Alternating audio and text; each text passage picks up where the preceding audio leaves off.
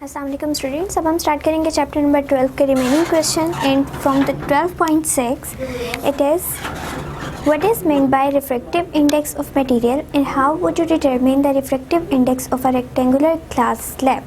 सो पहले हमसे पूछा गया है कि रिफ्रैक्टिव इंडेक्स क्या होता है एंड देन हमें बताना है कि अगर रेक्टेंगुलर ग्लास स्लैब हम यूज़ करेंगे तो उसका रिफ्रैक्टिव इंडेक्स किस तरह से फाइंड आउट किया जा सकता है. सो हम रिफ्रैक्टिव इंडेक्स से स्टार्ट करते हैं. Refractive index, so basically refractive index हमारे पास क्या होता है. It is the ratio of sine of angle of incidence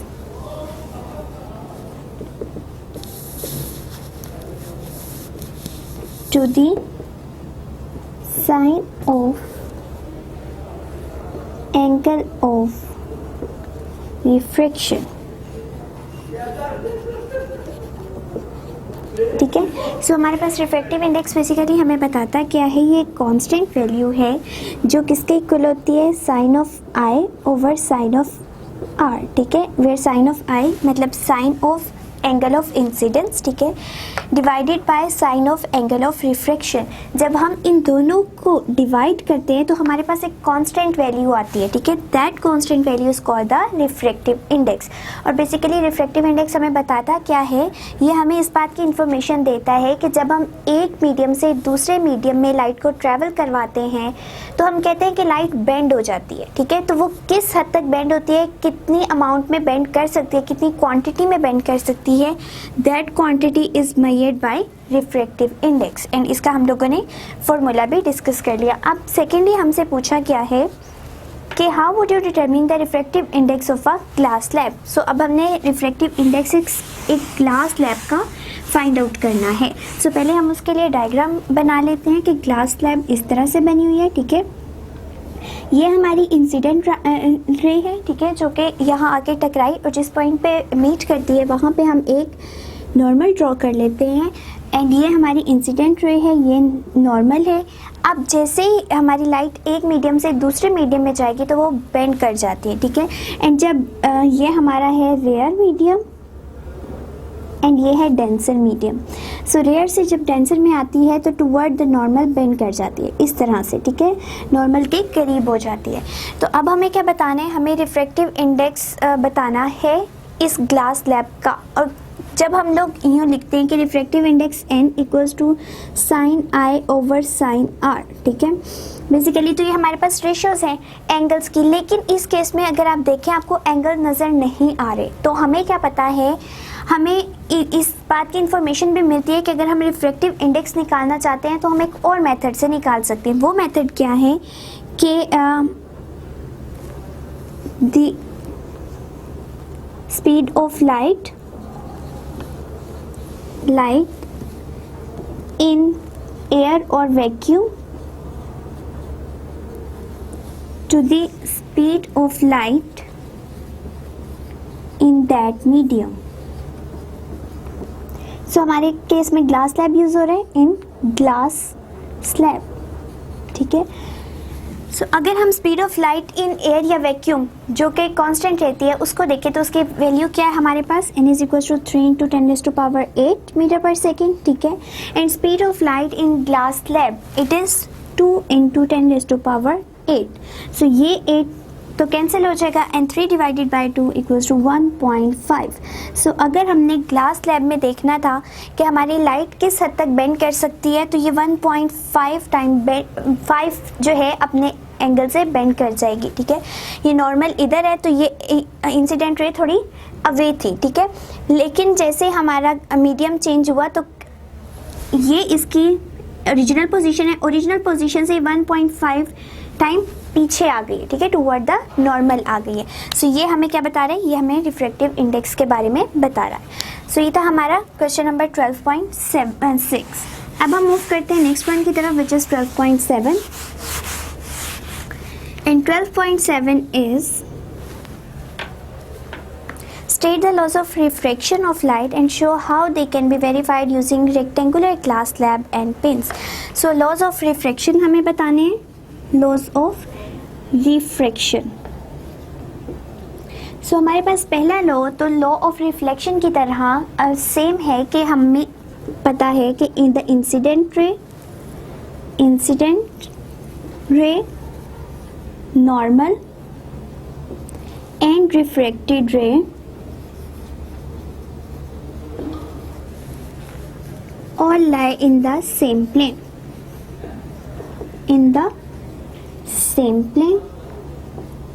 and second law है हमारे पास कि the ratio of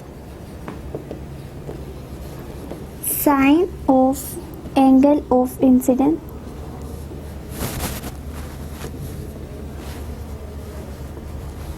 to the sine of angle of refraction is equal to constant,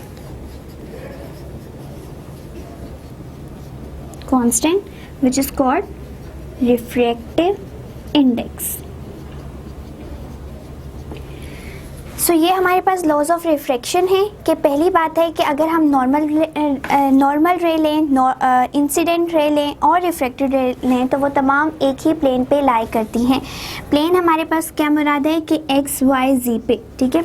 हमें इनको ड्रॉ करने के लिए कोई अदर एक्सिस नहीं चाहिए होता, यानी हमें जी एक्सिस नहीं चाहिए होता, ठीक है। हम सिर्फ दो एक्सिस को लेते हुए ही इन तमाम रेस को ड्रॉ कर सकते हैं। इस वजह से हम क्या कहते हैं कि incident ray, normal ray and refracted ray all lie in the same plane. Second thing कि अगर हमारे पास रेशियो ली जाए sine of angle of incidence की and sine of angle of refraction की, तो हमारे पास एक कांस्टेंट वैल्यू आती है जिसे हम रिफ्रैक्टिव इंडेक्स कहते हैं। सो ये थे हमारे पास दो लॉज ऑफ रिफ्रैक्शन। सेकेंडली हमें कहा गया है how they may be verified using rectangular glass slab and pins. अब हमें इनको वेरीफाई करना है एक ग्लास स्लैब लेके। तो किस तरह से हम वेरीफाई कर सकते हैं कि हमें ड्रॉ करनी है एक ग्लास स्लैब इस तरह से, ठीक है। पिन्स बेसिकली यहाँ पे इसलिए यूज़ किया गया है कि जो हम कहते हैं कि इंसिडेंट रे आ रही है, ठीक है, वो किसी ना किसी ऑब्जेक्ट से टकरा के ही आ रही है, ठीक है। तो वो इंसिडेंट रे हम किस चीज़ के लिए ले रहे हैं, हम एक पिन के लिए ले रहे हैं। मीन्स एक पिन ऑब्जेक्ट के तौर पे यूज़ हो रही है। यहाँ पे हमने पिन को यहाँ पे रखा और इससे पास होने वाली लाइट को जो है, मतलब इसके से टकरा के या रिफ्रैक्ट होके जो लाइट आ रही है उसको अब हम इंसिडेंट रे कंसीडर करेंगे, इंसिडेंट रे, ठीक है। सो यहाँ से लाइट आई, यहाँ पे हम नॉर्मल ड्रॉ कर देंगे एक, ठीक है। एंड जैसे ही अपने एक मीडियम से दूसरे मीडियम में जाएगी ये टुवर्ड द नॉर्मल बेंड कर जाएगी अगर हमारा रेयर से डेंसर मीडियम में हमारी लाइट ट्रेवल की है, ठीक है। सो ये हमारी क्या बन जाएगी, ये हमारी रिफ्रैक्टेड रे बन जाएगी, रिफ्रैक्टेड रे, एंड ये हमारी बन जाएगी नॉर्मल रे। तो अब देखें अगर हम इस लाइन को देखें कि एक पिन हमने यूज़ की, ठीक है, जो कि ऑब्जेक्ट ओ की तरह बिहेव कर रही है। अब उससे जो लाइट फॉल हो रही है, लेट्स सपोज वो ओ से पी पे यहाँ पे टकराई, ठीक है। ओ पे एक इंसिडेंट लाइट है जो कि सरफेस ऑफ ग्लास स्लैब पे टकराई एंड देन एक नॉर्मल लाइन ड्रॉ की हमने पॉइंट पी पे, एंड आफ्टर दैट कि जब लाइट यहाँ पे आके टकराई तो ये एक मीडियम से दूसरे मीडियम के अंदर पास आउट होगी बट अपने पाथ से थोड़ा सा डिविएट कर गई। अब इसका पाथ क्या हो चुका है, let's suppose P and Q, ठीक है। अब देखें हम इस वाले लॉ को देखें तो क्या कह रहे हैं, incident ray, normal ray and refracted ray all lie in the same plane. So अगर हम इसको ड्रॉ करना चाहें तो सिंपली ये क्या है, ये हमारा एक एक्सिस में है, ठीक है। यहाँ तक लेट्स सपोज हमने नॉर्मल ड्रॉ किया है, इसी को हम आगे भी फर्दर एक्सटेंड कर सकते हैं। अगर ये नेगेटिव एक्सिस में भी जा रही है फिर भी दो एक्सिस ही हम यूज़ कर रहे हैं, हमें कोई ऐसी रिक्वायरमेंट नहीं है कि तीसरा एक्सिस भी यूज़ किया जाए, ठीक है। तो जब हम दो एक्सिस को लेके ही तमाम रेस को ड्रॉ कर सकते हैं तो वो हमारी क्या कहलाएंगी कि it lie in the same plane. Second thing कि अगर हम लोग यहाँ पे ये एंगल जो बन रहा है नॉर्मल के दरमियान एंड इंसिडेंट रे के दरमियान, वो है एंगल ऑफ इंसिडेंस, और ये जो रिफ्रैक्टेड रे और नॉर्मल के दरमियान एंगल है that is called angle of refraction, ठीक है।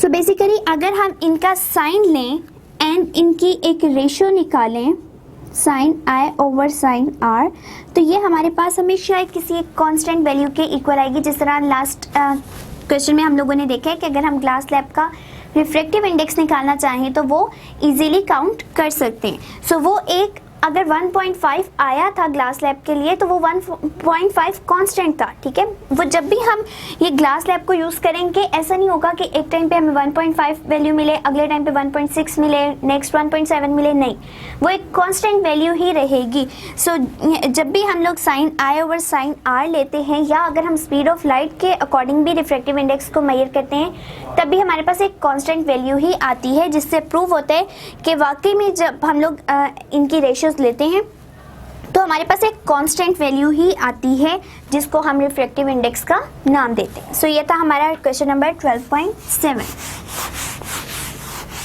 The next is 12.8।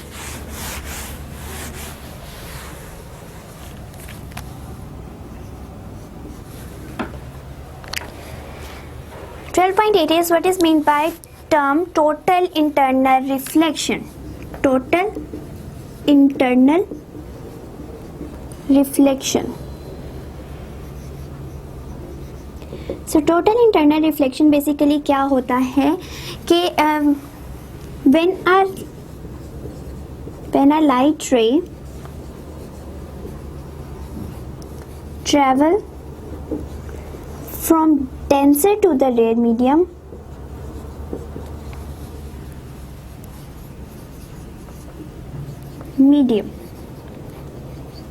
ठीक है, हम एक लाइट रे ले रहे हैं जो कि ट्रैवल कर रही है एक डेंसर मीडियम से रेयर मीडियम के अंदर।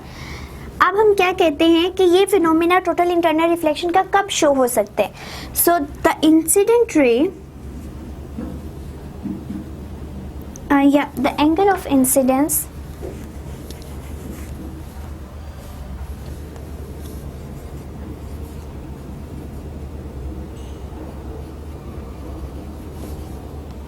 in a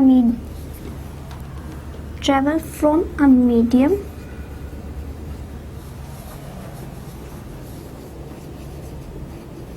in such a way that incident ray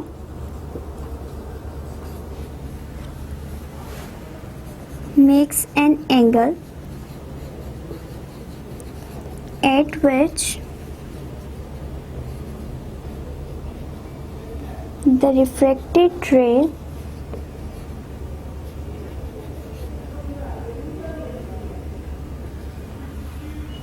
is perpendicular to normal.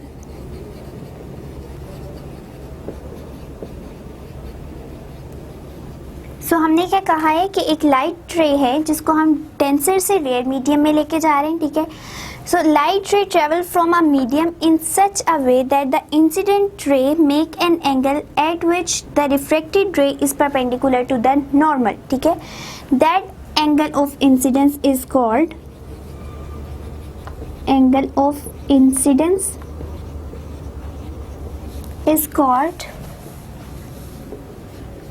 critical angle.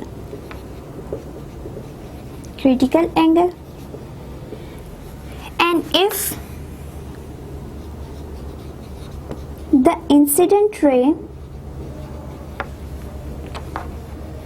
makes an angle greater than critical angle,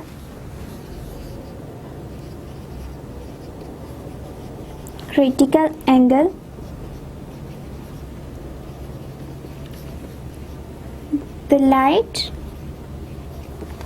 bend, turn back in the same medium. So that process is called total internal reflection. So ये basically हो क्या रहा है, एक हम लोग glass slab ही जिस तरह कंसीडर कर लेते हैं। अब हमने सबसे पहली बात की है कि light ray travel from denser to the rare medium. Denser medium कौन सा है? ये ग्लास स्लैब अगर हम यूज़ करें तो ये एक डेंसर मीडियम है, ठीक है। और ये अगर एयर है तो ये हमारा कौन सा मीडियम है? Rare medium.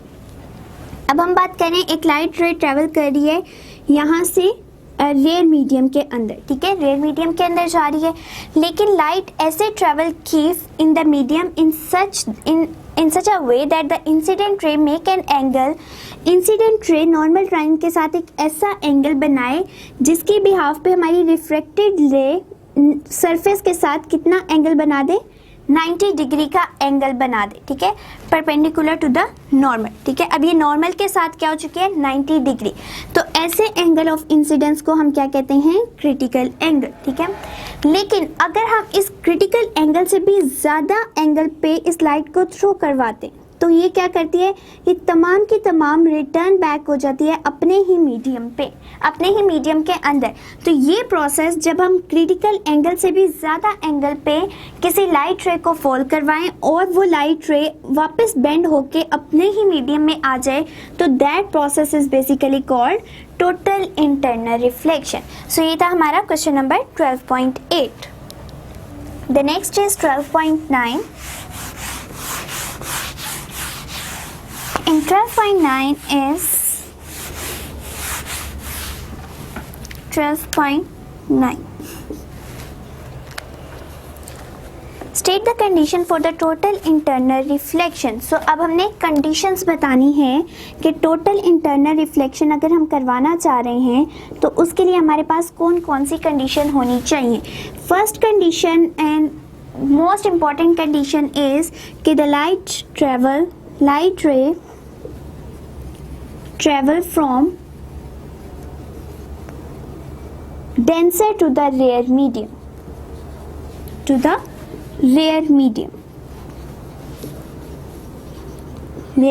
ठीक है। एंड सेकेंड कंडीशन क्या होगी कि the incident angle should be greater than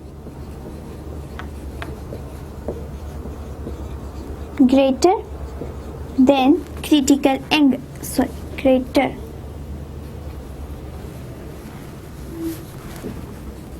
than critical angle। सो ये दो कंडीशन हमारे पास अगर फुलफिल होंगी तभी हम कह सकते हैं कि हमारा जो टोटल इंटरनल रिफ्लेक्शन का प्रोसेस होगा। अदरवाइज अगर ये कंडीशन फुलफिल नहीं हो रही तो हमारा टोटल इंटरनल रिफ्लेक्शन का प्रोसेस नहीं हो सकता। और पहली कंडीशन क्या है कि अगर हम लोग टोटल इंटरनल रिफ्लेक्शन का प्रोसेस देखना चाह रहे हैं तो हमें एक डेंसर मीडियम से लाइट को रेयर मीडियम में फॉल करवाना पड़ेगा, ठीक है। अदरवाइज हम कभी भी टोटल इंटरनल रिफ्लेक्शन का प्रोसेस नहीं देख सकते। सेकेंडली कि incident angle should be greater than critical angle. So critical angle क्या होता है कि एक ऐसा इंसिडेंट एंगल जिस पे हमारी रिफ्लेक्टेड रे नॉर्मल लाइन से 90 डिग्री के एंगल बना लें, ठीक है। अब अगर इस एंगल से भी ज़्यादा एंगल पे हम इंसिडेंट रे को फॉल करवाएंगे तो ये पूरी की पूरी लाइट रे बेंड हो जाएगी उसी पहले वाले मीडियम के अंदर, तब हमारा टोटल इंटरनल रिफ्लेक्शन का प्रोसेस हो सकता है। सो उसकी जो डेफिनेशन है वहीं से हमारे पास दो कंडीशन आ जाती हैं कि ये दो जब तक कंडीशंस नहीं होंगी तो हमारे पास टोटल इंटरनल रिफ्लेक्शन का प्रोसेस पॉसिबल ही नहीं है। सो ये था हमारा question number 12.9। The next question is 12.10. 12.10. What is the critical angle? Derive a relationship between the critical angle and the refractive index of a substance. So अब हमसे पूछा गया है कि critical angle क्या है? Critical angle. So the incident angle at which the refracted angle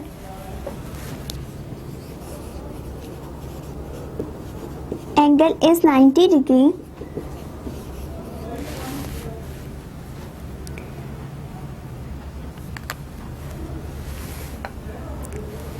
degree is called critical angle।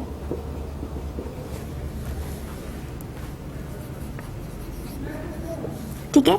So critical angle क्या होता है, एक ऐसा इंसिडेंट एंगल जिसके ऊपर रिफ्लेक्टेड एंगल जो है वो 90 डिग्री का हो जाए, तब हम उसको क्या कहते हैं, तब हम उसको क्रिटिकल एंगल का नाम देते हैं। अब हमने पढ़ा है कि जब भी हमें क्रिटिकल एंगल चाहिए होता है तो हमें डेंसर से रेयर मीडियम के अंदर मूव करना पड़ता है, ठीक है। और अब हमें रिलेशनशिप बताना है between the critical angle and the refractive index. अब पहले हम रिफ्रैक्टिव इंडेक्स को देख लेते हैं कि रिफ्रैक्टिव इंडेक्स हमें क्या बताते हैं। n is equals to sine i over sine r, ठीक है। और ये तब होगा जब हम rare to denser medium move करेंगे, ठीक है, रेयर टू डेंसर मीडियम। अब यहाँ पे अगर हम कंडीशन देखें तो यहाँ पे क्या बन रहा है, साइन आई, ठीक है। साइन आई इस केस में हमारा क्या है, इंसिडेंट एंगल। वो इंसिडेंट एंगल जिसके ऊपर रिफ्रैक्टिव एंगल 90 डिग्री हो जाए उसको हम क्या कहते हैं, क्रिटिकल एंगल। इसका मतलब है यहाँ पे इंसिडेंट एंगल अब क्या बन चुका है, क्रिटिकल एंगल, ठीक है। और ये वाला जो एंगल है जिसपे 90 डिग्री हो जाए, ठीक है, ये हमारा कौन सा एंगल है, ये हमारा रिफ्रैक्टेड एंगल है, ठीक है। अब हमारे केस में यहाँ पे अगर हम रिफ्रैक्टिव इंडेक्स को देखें तो ये जब हम रेयर टू डेंसर जाते हैं तब sine i over sine r आता है, ठीक है। लेकिन यहाँ पे हम कहाँ से मूव करें, from denser to the rare, ठीक है। हम डेंसर से रेयर की तरफ जा रहे हैं, इसका मतलब है हम इनको उल्ट कर रहे हैं, ठीक है। तो उल्ट करने का मतलब है कि 1/n equals to sine i over sine r, ठीक है। तो ये तब हो जाएगा जब हम डेंसर टू रेयर में मूव करेंगे, ठीक है। सो ये कंडीशन ज़रूर याद रखनी है कि अगर हम रेयर टू डेंसर मूव करें देन हम n is equals to sine i over sine r लगाएंगे। और अगर हम इसको इस तरह नहीं लिखना चाह रहे तो हम इसको दूसरी तरह भी लिख सकते हैं, n is equals to sine r then ऊपर आ जाएगा एंड साइन आई नीचे आ जाएगा, ठीक है। तो इस तरह से भी लिखा जा सकता है या इस तरह से भी लिखा जा सकता है कि 1/n के फॉर्म में इसको लिख दिया जाए। अब हमारा यहाँ पे आई कौन सा वाला एंगल हो चुका है, क्रिटिकल एंगल, ठीक है। इसका मतलब है हम यहाँ पे मेंशन कर देते हैं C एंड यहाँ पे R हमारा कितना हो चुका है, 90 डिग्री। तो यहाँ पे हम लिख देते हैं 90 degree, where sine 90 equals to 1, ठीक है। So 1/n equals to sine of C। इसका मतलब है कि हमारे पास क्रिटिकल एंगल और जो हमारा रिफ्रैक्टिव इंडेक्स है उसका इन्वर्स रिलेशन पाया जा रहा है एंड रिलेशन हमने यहाँ पे लिख दिया है। इसको मैं ऊपर करके लिख देती हूँ ताकि आपको क्लियरली नज़र आ जाए, ठीक है, 1/n। सो ये हमारा क्या बन जाएगा, ये हमारा बन जाएगा हमारे इसकी वैल्यू आ जाएगी जब हम क्रिटिकल एंगल को फाइंड आउट करना चाह रहे हैं। लेकिन यहाँ पे एक चीज़ के हम लोग यहाँ पे साइन आई जो है उसको पूरे को कंसीडर करें, ठीक है। साइन आई पूरा कंसीडर हो रहा है, इस वजह से यहाँ पे हम इस पूरे को sine i equals to C लेते हैं और इसको हम यूँ भी कह सकते हैं कि साइन जो है equals to C is equals to 1/n, या इसको साइन के साथ भी लिखा जा सकता है, ठीक है। सो ये था हमारा क्रिटिकल एंगल के बारे में कि क्रिटिकल एंगल क्या होता है एंड हम इसका रिलेशनशिप किस तरह फाइंड आउट कर सकते हैं। बेसिकली ये पता होना चाहिए कि क्रिटिकल एंगल का रिफ्रैक्टिव इंडेक्स के साथ इन्वर्स रिलेशन होते हैं, ठीक है। सो ये C ऊपर है तो 1/n नीचे है, ठीक है। सो ये थे हमारा 12.10 क्वेश्चन का आंसर।